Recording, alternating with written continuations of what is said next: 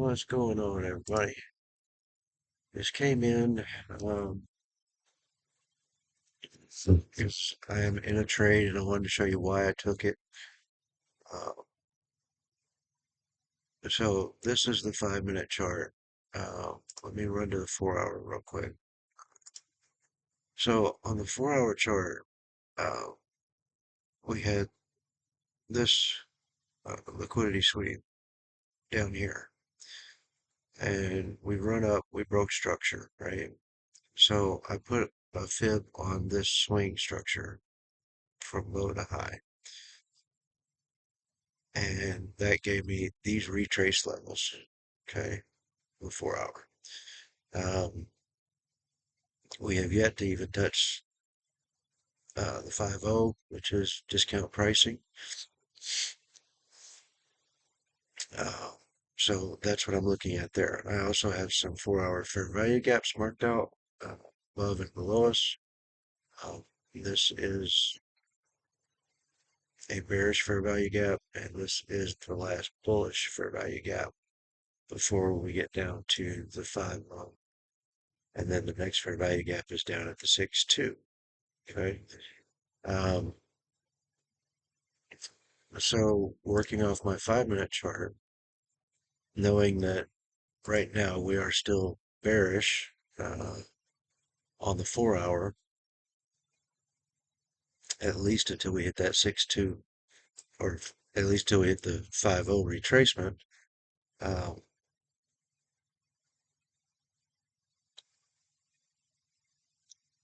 we've got the true day open that starts at midnight. Uh, we did kind of have a Judas swing here that pushed us up, which inverted a uh, bearish fair value gap here. Uh, and we had this 5 minute fair value gap that happened in Asia, which was a pretty large fair value gap, the largest we've seen for a while. That also inverted this bullish fair value gap. So we have an inverted bullish inside of a bearish fair value gap, which is pretty large. So when we came down and we swept this low and had our Judas swing that pushed us up, I drew the fib from the push down that broke this structure here, which also ended up breaking this structure here before it reversed. Well, my 6.2 and my 7.0 was right at this inverted fair value, bullish fair value gap inside the bearish fair value gap. So I have three confluences here. One is the bearish fair value gap, which was a large one. Lots of force in this move. Then I had the inverted bullish fair value gap resting at the 6.2 to 7.0 of the fib retracement on this push down. So I actually took the first trade um, up here and, and can't remember what candle it was on. Uh, but anyway, let's see. Just was it the 15 minute? Might have been the 4 hour. No, it wasn't the 4 hour. So was it? It was recent. There was a spike I saw somewhere.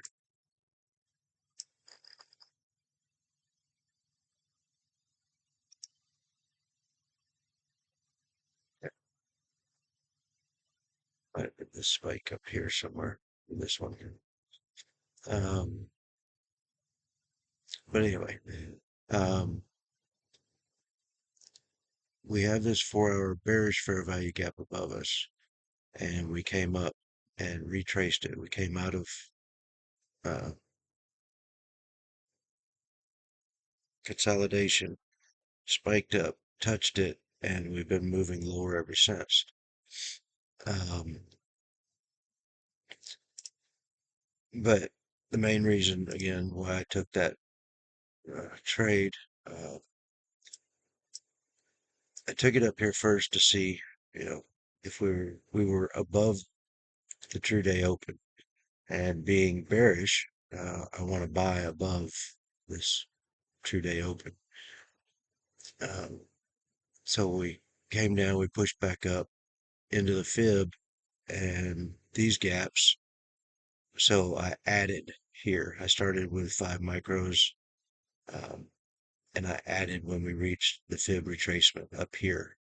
So now I'm in basically one mini, um, waiting to see if these gaps are going to hold, or if they don't, then I may have to switch my bias, um, and see what's going on, because we have hit this bullish fair value gap down here quite a bit, um, over here, but that also leads to a lot of sell side liquidity sitting down here. Okay. Um, so that's what I'm looking for, is for price to come back down in here and possibly even invert this fair value gap, or at least take out all this sell side liquidity and then maybe push back up, um, and not actually invert it.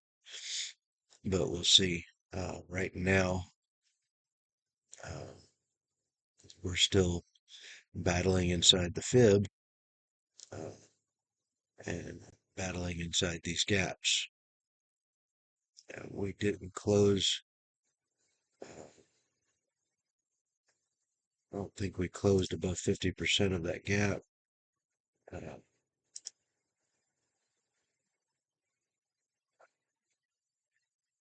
right there. Yep. We did not close above 50% of this gap yet. So it's still holding as of now. We've encroached upon 50% with the wicks, but nobody has closed above the 50% mark. Okay. So we'll leave that on for now. Um, and actually, I want to do settings. Just go to inline. Okay. So yeah, as you see, we haven't closed above 50% of that bearish fair value gap. Uh, so the trade is absolutely still in play. Looks like we came down on this 5 minute candle and wicked into the bottom of this bullish, but we haven't closed below yet to invert it. Uh, so we'll see what happens. We're kind of battling between these right now, which is to be expected, and we'll see what happens. If we close above 50% of this fair value gap, then I'm gonna need to start worrying. But my stop is up here, at the top of the fair value gap. Now on this is a $300,000 account, so I have $7,500 in drawdown. Uh, and I was in profit by about $200 down here on the first 5 micros. So I'm actually risking, it originally would have been risking $500. Right now I'm risking about 700, because of the drawdown rules of Apex. They're counting my equity as down here. So unrealized equity. Uh, so we're just gonna have to see what happens. I'm okay risking the 700. It's 10% of my drawdown, uh, and that's, you know, perfectly fine because I'm not going to be losing 10 trades in a row. So basically, where I start my trades, risking $500, which is, 50 points, on a 5 micro entry, uh, and then Oh, that's a strong one. Um, and then we go, uh, we're able to take one ad in drawdown if we need to, which will put our risk at about 700, 750, which is fine because, like I said, that's 10% of my drawdown. And I am perfectly fine with that because I usually am not going to take 10 losing trades in a row um, to end up blowing the account. So that's a pretty strong push. Let's see if it's just a swipe of the high to come back down or if we finish this move off with some force, then we're probably getting stopped out of this trade. But to me, this was a really good trade. Uh, three confluences lined up together uh,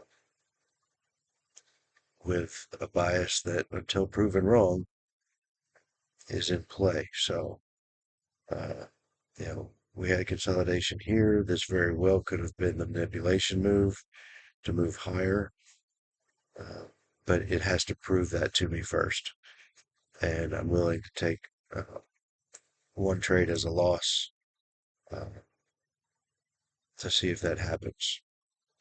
And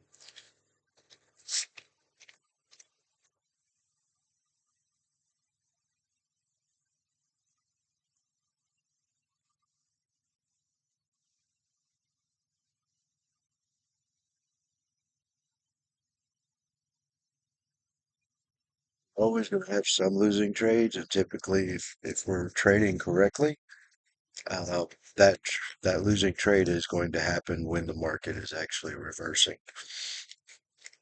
Uh, so, if this trade doesn't work out, then I'm going to wait a while because then we're, you know, still kind of messing around in this range, just kind of expanding the range a little bit. Um, and that's fine.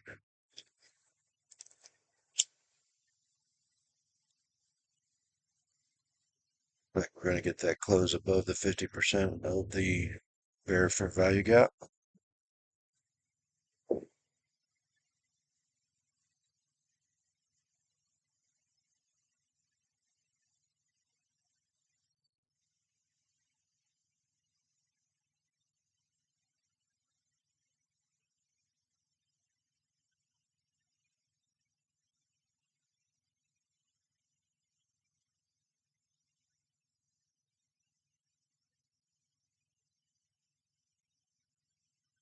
Just barely, yeah. Just barely closed above the 50%.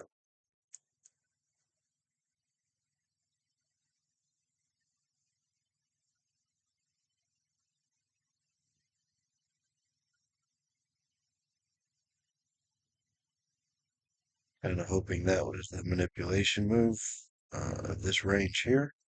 And we come back down and come down and make new lower lows. This would be another lower high. We've made lower lows for a while here.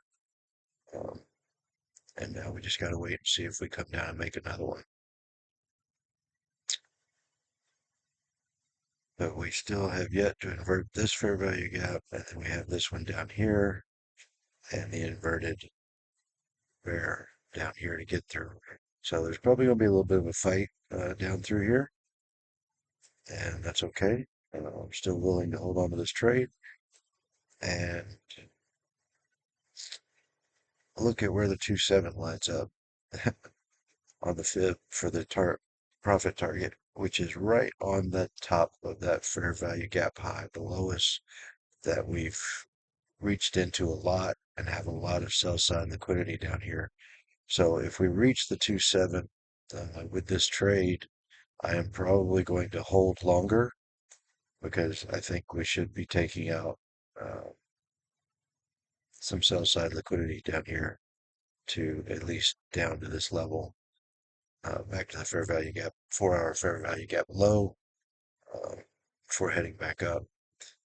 Uh, we did close below this fair value gap midpoint down here in this consolidation.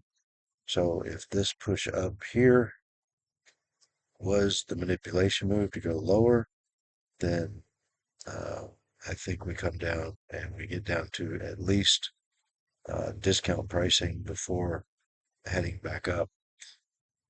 So that's what I'm looking for. This may be